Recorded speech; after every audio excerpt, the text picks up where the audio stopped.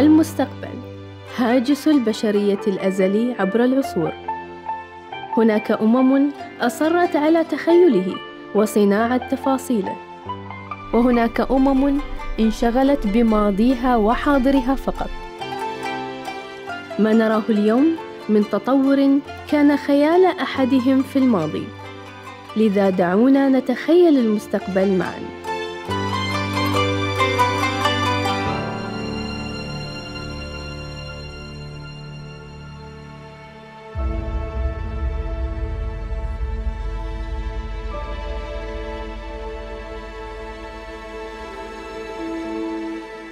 التكنولوجيا المتقدمة تخلق فرص جديدة، والتكنولوجيا اللي يجري تطويرها اليوم ترسم ملامح المستقبل وتدعم النمو الاقتصادي والاجتماعي. البيانات والمعلومات هي نفط المستقبل. Data is the new oil، وهي الأساس في توفير حلول رقمية لدعم التقدم في مختلف المجالات، وأهمها قطاع الصناعة.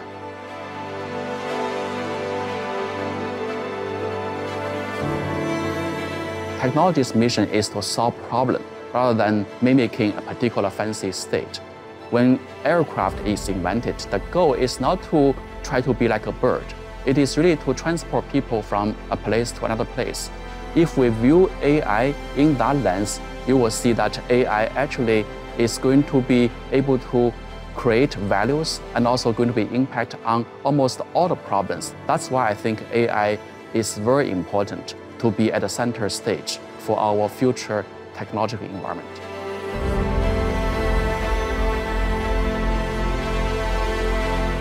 استشراف المستقبل لا يقوم على التخمين ولا يقتصر على التنبؤ، لكنه يتطلب البحث والتطوير بأدوات علمية.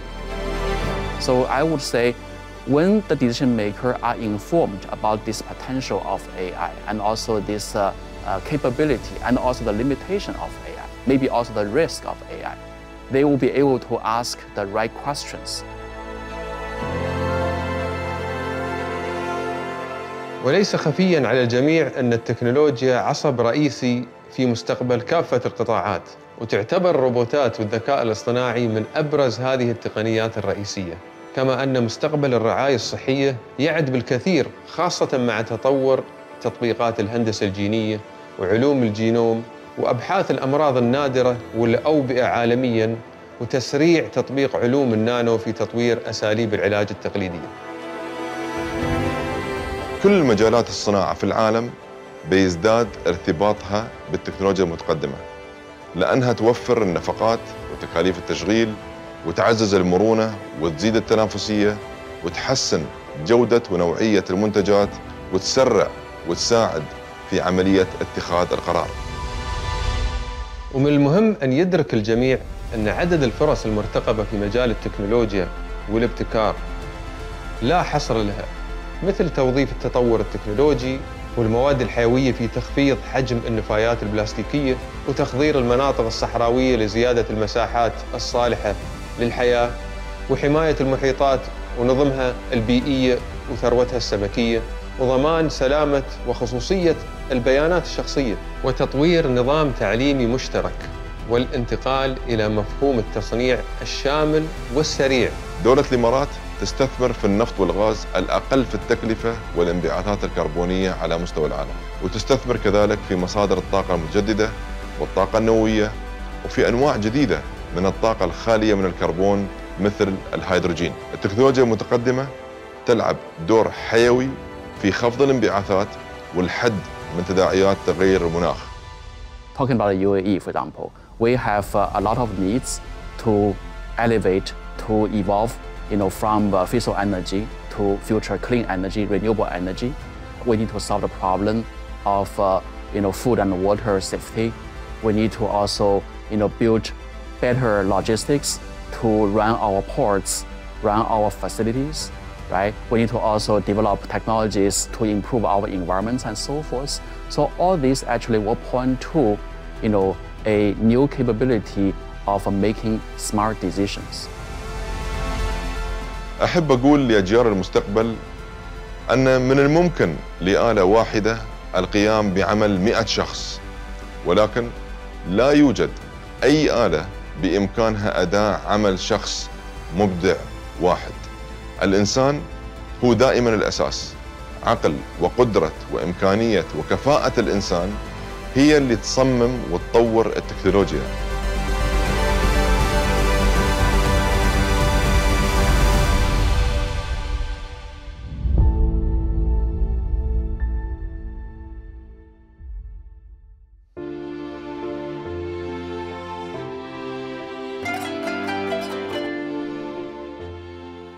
بسم الله الرحمن الرحيم.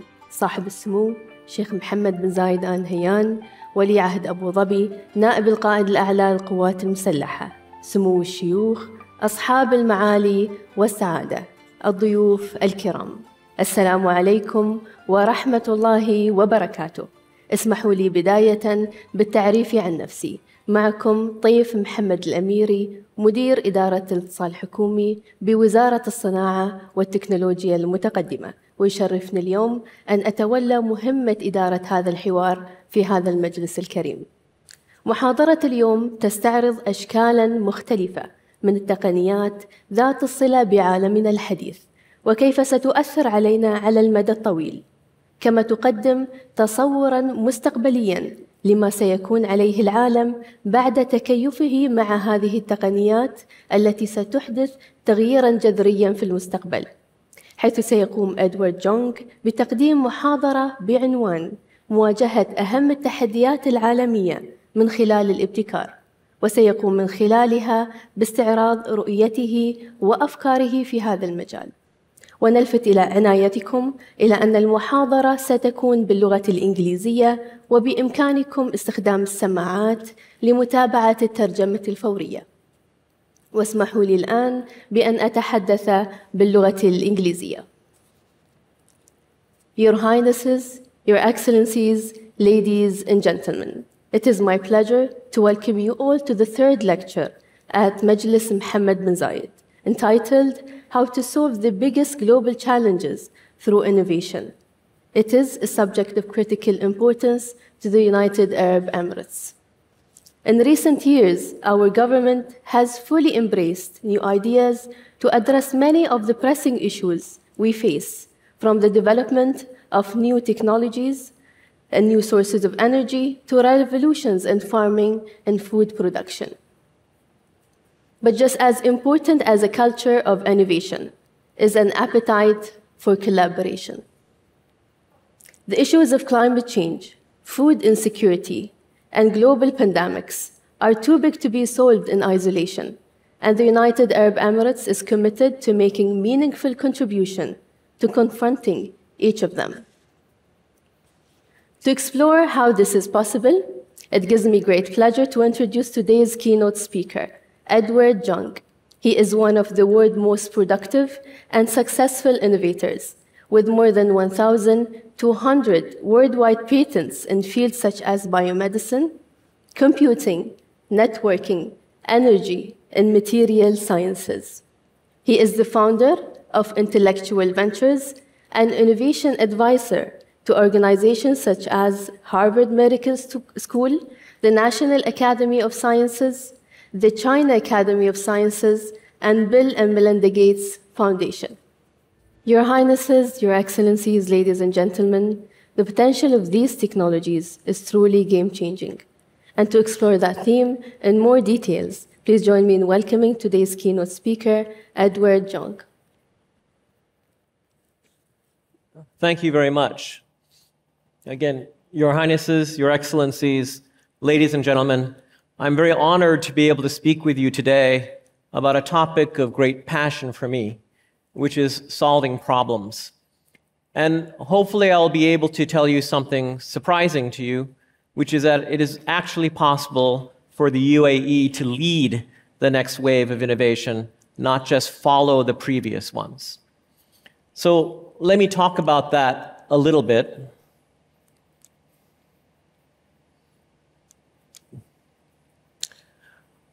I'm going to say a few things here and then elaborate on them. Firstly, that innovation is the most important economic activity we can do, that contrary to popular belief, the system of innovation has changed many times in human history and even recent history. And the last three of these changes dramatically favor the United States. But innovation is being disrupted yet again, and this next wave actually could be a great opportunity for the UAE and other countries. So let me talk first about a little bit of history. Many analyses have shown that innovation is the primary driver of growth. As much as 80 to 85% of growth comes from innovation. This is a change because it was not true over 100 years ago. This effect has led to a massive golden age of invention starting about 100 to 120 years ago. Almost every modern convenience and aspect of life today, and almost every modern industry was generated out of that wave of invention. Whether it's electricity, polymers, vaccines, or computers, they were all developed in that area. And very surprisingly, all of them were either invented or co-invented by the United States. That dominance is very unusual, but it led to a great wave of productivity and an economic golden age. The kind of returns that were generated by these inventions number in the dozens of trillions of dollars, and maybe even more importantly, the healthcare benefit of that added 4 billion years of life to the world, which has been estimated to be worth $500 trillion of economic value. The impact of these innovations cannot be understated, but the impact was not evenly shared among nations. Modern innovation favored some regions over others. Looking at this chart, this is 200 years of the relative share of the global GDP. And you can see in 1800, China and India together represented half the global GDP, which was mostly indexed on labor and agriculture. Throughout the next 60 to 80 years, it dramatically changed, and the US went from less than 2% share of the GDP to almost 30%. During this time, there are at least 4 different waves where innovation fundamentally changed. During the time where the world was interested in industrialization, essentially improving the productivity of a nation, most of the innovations were done by individual inventors in a lab. You can think of a Nikola Tesla, you can think of a Henry Ford, you can think of a Wilbur and Orville Wright. All of these examples were small numbers of people, individuals essentially, in private laboratories. Once the productivity from that was realized, nations needed to actually step up to manufacturing, which required them to invest in infrastructure, roads, trains, ships, and so on, electrical grids. The innovation required there was too much for individual inventors, and so the innovation shifted to manufacturers' R&D and supply chain R&D. That lasted for several decades until after World War II, the rise of a very large consumer class meant suddenly you have to manufacture things in the quantity of millions to hundreds of millions. And to produce something like 10 million televisions or 20 million cameras or 30 million automobiles required yet another step up in the way innovation was done, and most of the innovation moved to multinationals, and the R&D was done there. In fact, after World War II in the United States, inventors stopped being a job category. It was just removed from the census. Then in the mid-70s, the pace of innovation illustrated that multinationals were too slow, and it led rise to a new kind of organization called a startup, which was more relentlessly focused on producing innovation, and that was the 4th wave. Now, interestingly, you can see that the last 3 waves here were a big part of American success.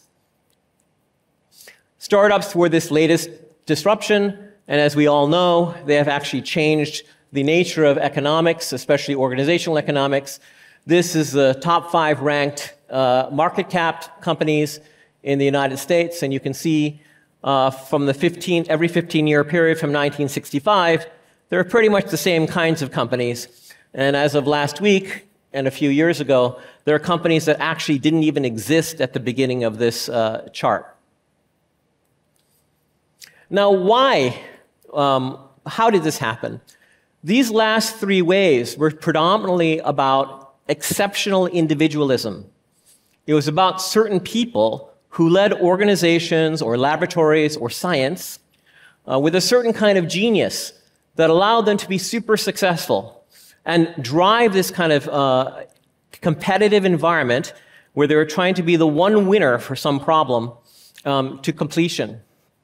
And this is actually why the United States got most of the lion's share of the benefit, because the United States is the country where exceptional individualism is strongly encouraged. I call this phase of 200 years of innovation basically the power of one. It was about making one inventor, one lab, one product, one country, one leader successful. And that's why the US dominated it, because the US is good at that. This is a graph showing the GDP share per capita. As you all know, China is rapidly approaching the GDP of the United States, but has 5 times the population. So on a per capita basis, it's still not the same kind of prosperity that the US enjoyed. Now let's talk about the future. That was the last 3 waves.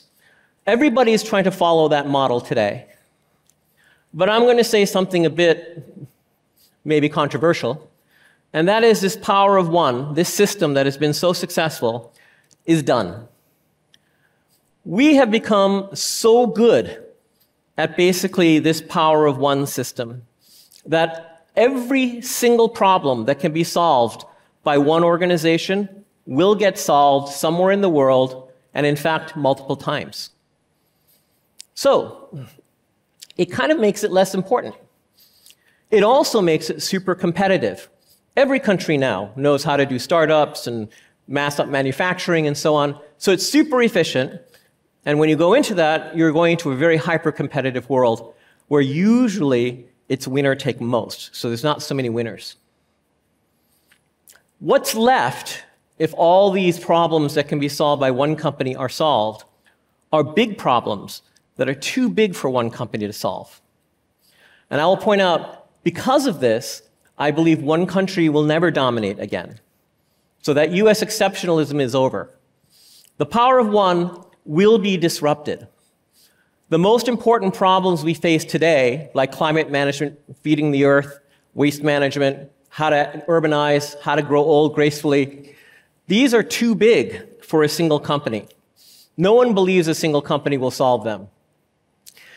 I'm going to go through the rest of these examples. These are trends in the world that basically show that the power of one is going to come to an end in terms of importance, and a new system will take its place. We all know these problems, and actually, this slide, for me, is 20 years old. There are problems that existed for a long time. We know we have healthcare problems. We know we have aging problems. We know we have agriculture, education, climate management. Nobody believes one company is going to solve any of these problems. It's just inconceivable. They will require partnerships and cooperation of thousands, if not 10,000s of companies. And yet the system we have built for this last 200 years does not promote that kind of collaboration. It promotes competition. It promotes ownership over sharing. And this, I think, is a problem. I believe the innovation of the future is a new way, the power of many instead of the power of one. That we must come up with systems where many inventors, many labs, many manufacturers, many leaders can come together in a global innovation ecosystem in order to solve problems together. At some level, it's already happening. Whether it's the internet, which was owned by no company, Linux, which was contributed to by 10,000 programmers, Wikipedia, millions of people contributing to this big piece of content. These led to entirely new systems of development and innovation. The most recent example of this, of course, was the COVID-19 R&D. This is not about looking at the charts. But the data analysis of COVID-19 R&D really shows that it was an example moving from power of one to power of many. Compared to the next most popular or most recent vaccine challenge, we were 20 times faster to first approval, 5 times more global R&D effort, much more cooperation, in fact, 10 times more trials than seemed economically feasible, showing that there are new kinds of incentive mechanisms that are in operation other than just making money. And almost every major country was a participant of this R&D. It was a new system and a new example that when the world was challenged, a new incentive mechanism emerged that allowed unprecedented sharing. Another trend we see today is the need competitively for speed and innovation. This is just a sample across 60 years of how different the world is from when the power of one was most powerful. The tenure of a company has gone from 61 years to 18 years in the S&P. The expected success rate, the average success rate of R&D investments went down from 81% to under 33%. A successful product in retail went from a 12-year lifetime to a 4-year lifetime, and maybe most importantly, a graduating student's expectation of how long their first job would last went from 31 years to 4 years. These are big changes that challenge the ability for the power of one to build hierarchical organizations of long duration to solve problems. Another trend, innovation is too distributed for the power of one. The United States used to be number 1 in innovation indexes all over the world. The Bloomberg index of last year put the United States at number 11. Interestingly, if you look at many of the countries that are in the top 10, like Finland, Denmark, Netherlands, Israel, Singapore, they're small countries. And I'll examine that a little more in detail later. But small countries actually are super competitive now in terms of innovation. We are now entering a new age of innovation, possibly just as important as the previous golden age I talked about. Examples that were in the video, including things like gene editing, user-generated content, AI, new foods, cryptocurrency. This is going to be huge growth for the future. But it's important to recognize that these inventions are actually different than the previous ones in that they are actually quite dangerous. Cryptocurrency or gene editing or things like DAOs have the potential of creating much more social disruption than plastic, semiconductors, or cameras. It's actually fundamentally different in that way, that we are now working on technologies and inventions that as much value as they can produce, they can also create tremendous amounts of harm. We know that the power of one, a relentless form of capitalism, tends to promote profit from bad behaviors. This is an example of the largest CPG companies by revenue. You will see that they're all about sugar, salt, fat, nicotine, vanity, and alcohol. Why? Because our genetics, the way we are built, causes us to like those things. It is society and religions and organizations like that that allow us to step away from that. But capitalism will always want to make a business out of something you're addicted to or you can't help like. That's just good business. When you look at these technologies, they have a similar issue, that its impact could be very negative. What does that tell you? The power of one actually separated policy and regulation from innovation. But in the future, we must actually embrace evolution with society, policy, and regulation. All these new technologies will have tremendous social implications. Lots of downside as well as upside. And the traditional groups, like the United States, that used to be responsible for coming up with those policies are no longer trusted and have actually done a very bad job in the recent years. And I don't think most countries will trust China to come up with those policies either. So what does that mean? The world now actually needs innovation in policy and regulation just as much as in technology. So it needs agility and experimentation in policy. I'll come back to that in a moment. Another trend, of course, is talent is mobile.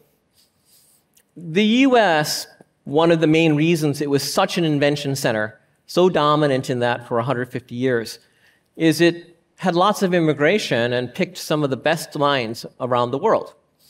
As you can see here, that seems to be changing. Not only can people stay where they are and contribute productively, but actually all those places they stay are much better than they were 50 or 100 years ago. This is an opportunity as well. So I'm going to bring this all together in something I call the power of small. And this is a thing that sometimes surprises people, but it's something I tremendously believe in. One, this transition from power of one to power of many allows all countries to participate. That's pretty new. It used to be you had to be a big country to participate. You had to have a lot of resources to participate. Now, in many things, small countries can participate. Anyone can. But more importantly, it gives small countries certain superpowers that actually give them advantages over big countries. So this is a lot to read, but I'm going to go through these because I think they're important for UAE. One, high per capita GDP.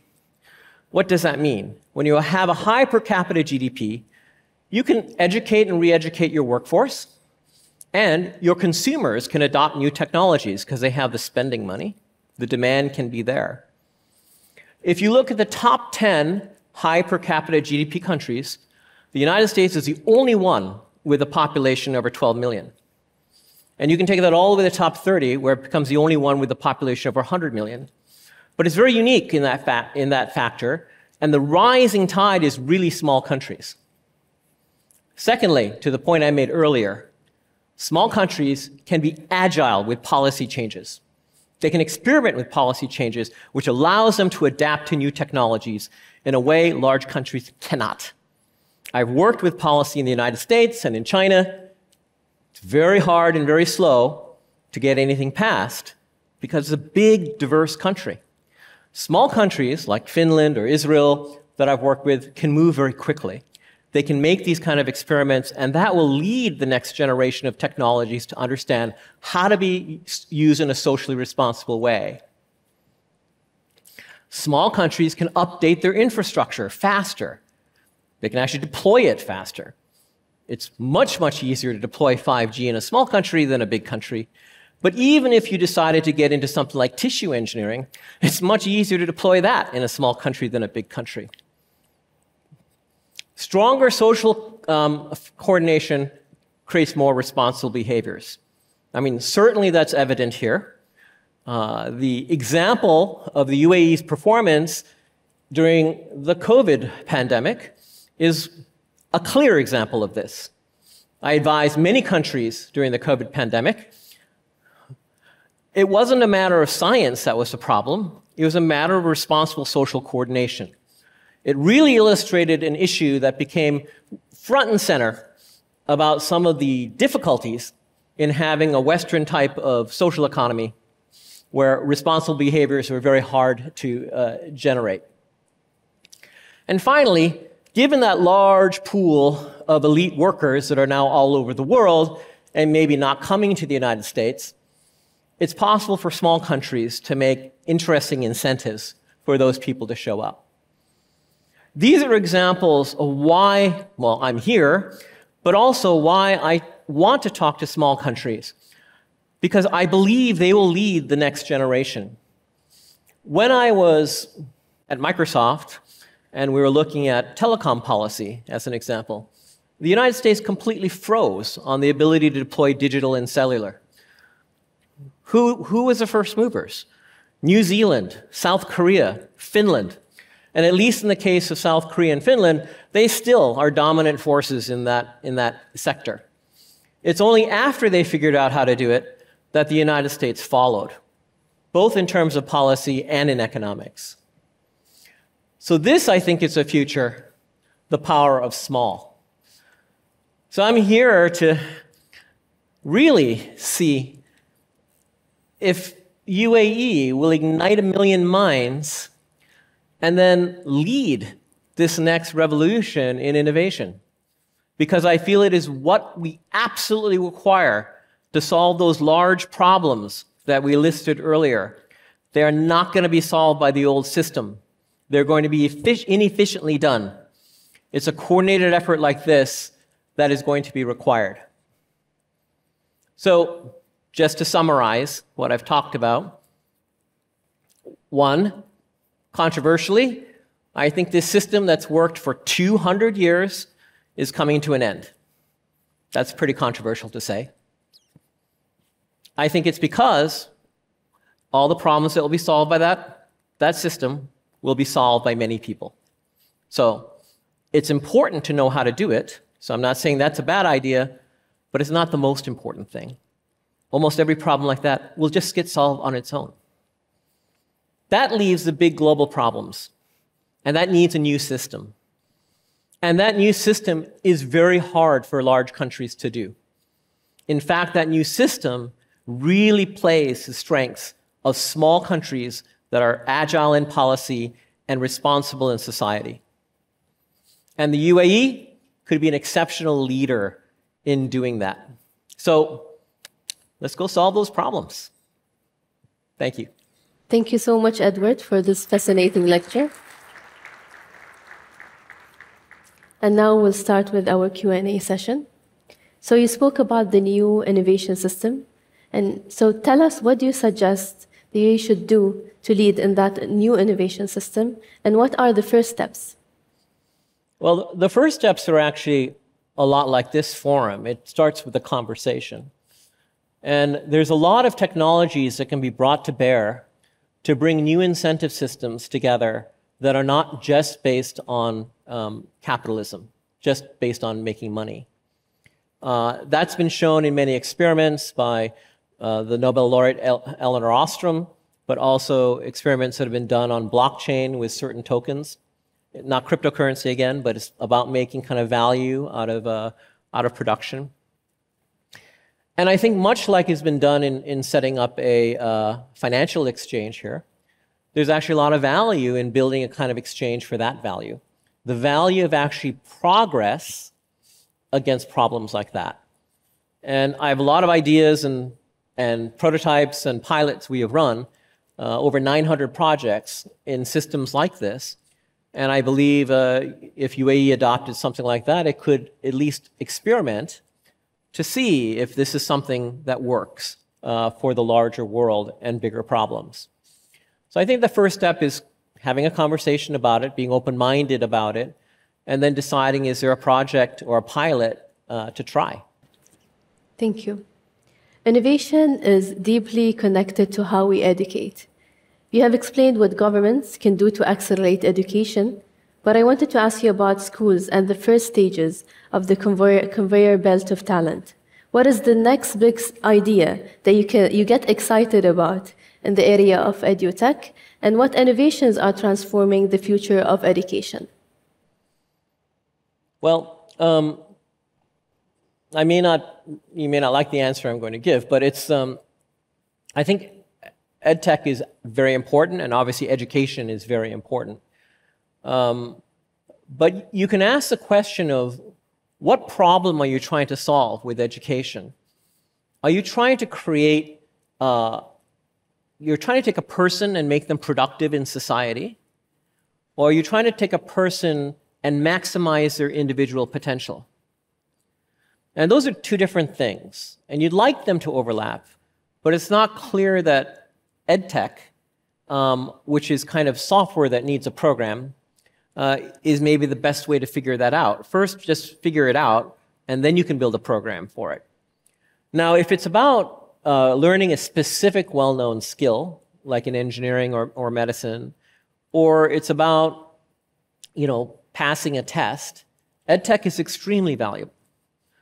I spent some time with one of the founders of Infosys, who, despite being one of the founders, spent all of his time dedicated toward the Infosys internal education system. They bring in tremendous numbers of talented Indian engineers from the best universities there and essentially have to retrain them. And so they spent a lot of effort on that retraining. And unlike a typical university, they could try lots of different things because they are themselves a tech company. So I found a lot of what they learned from that very interesting. And the first things that they kind of learned from it is, one, social networks and mentoring networks are super important. That's not what EdTech is. EdTech can help that, but firstly, you have to have these people connections. Secondly, it's experience. So when you're in school, you may not get very much experience with real-world problems. But I have a customer that uses this kind of system we talked about, and he has a kid in graduate school, and he was saying he's president of a large manufacturing company, and he said, I tell my kid, don't come work at my company. Go in a system like that and see what the real problems are in the world, and see how you can apply what you learned to all those different problems. That's much more valuable to you in a world where your expectation is 4 years of employment instead of 31. That's much more valuable for you to understand with your education. Now, EdTech can help that, but first we have to decide that's the goal of it, right? And so first thing is, what are the goals? I think may not be the answer you're looking for, but it's the one I have. Speaking about climate change, it's obvious no one nation can solve or escape from it. So how do you resolve the current state of individual nations or institutions addressing a global issue? Well, I think, it's very natural when you're trying to coordinate groups, to coordinate them around some topics.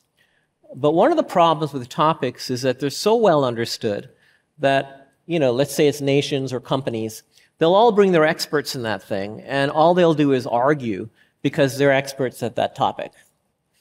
In order to actually make progress, you actually have to get them to understand that there's a lot more they don't know than they know. And that starts an interesting conversation. So for some of the people I've been working with in these climate projects, I introduced them to this group I've known for 10 years, and they're accountants. And what they figured out is that if you could change a couple of accounting rules, you could make it much more interesting to the CFO of companies to invest a lot of money in climate change, whereas right now it's treated as an expense and it hits the bottom line.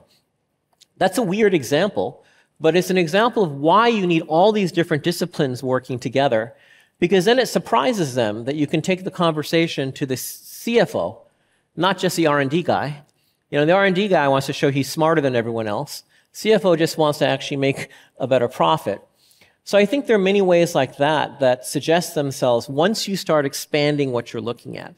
I also think that when you are inclusive, you get a lot more people excited about contributing. We worked on a project to make more efficient natural gas extraction. And we ended up involving like acoustic engineers, and they had never thought they were relevant to it, people in imaging. And that got them actually quite excited. And we could get incredibly powerful people in that topic who aren't going to argue. They can't have an argument with a petroleum engineer. It's just they're talking two different things. But when they show that they can have value to it, you kind of change the conversation. It's almost a social engineering thing. But I think a lot of that has to happen to break through these barriers that are in climate management, a lot of stovepipes. True. Thank you. This leads us to our last question. Your background is in biomedical research, including protein structure. How did you receive the news of the AI breakthrough in protein folding? And can you explain to us why this is seen as such an incredible jump in the field of biology and medicine? Yes, actually, my research work was, in fact, in figuring out the structure of proteins and how they interact. And so proteins are a big component of how your biology works.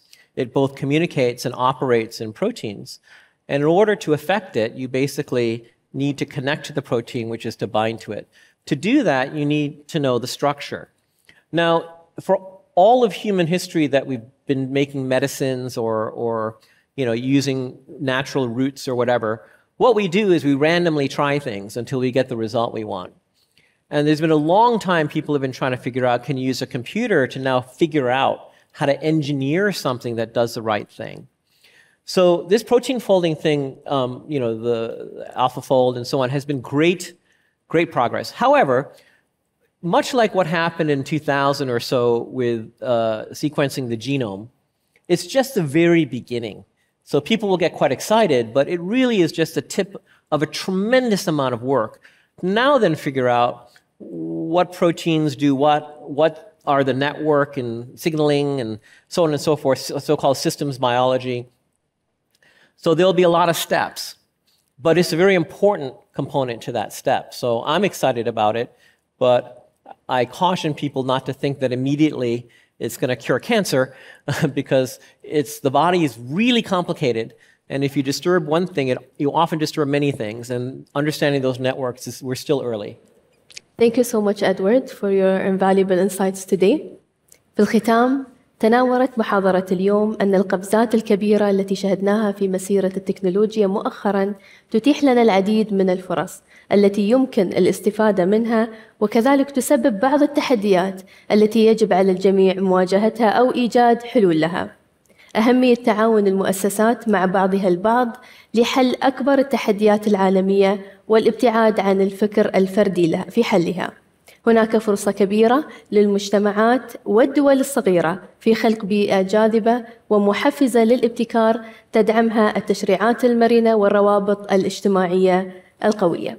وأخيراً أتقدم بالشكر إلى صاحب السمو الشيخ محمد بن زايد آل نهيان ولي عهد أبو ظبي نائب القائد الأعلى للقوات المسلحة لتكرمه باستضافة هذا المجلس الموقر، وإلى السيد إدوارد جونغ لتزويدنا بالمعلومات القيمة، وكذلك المتحدثين والحضور الكريم. والسلام عليكم ورحمة الله وبركاته.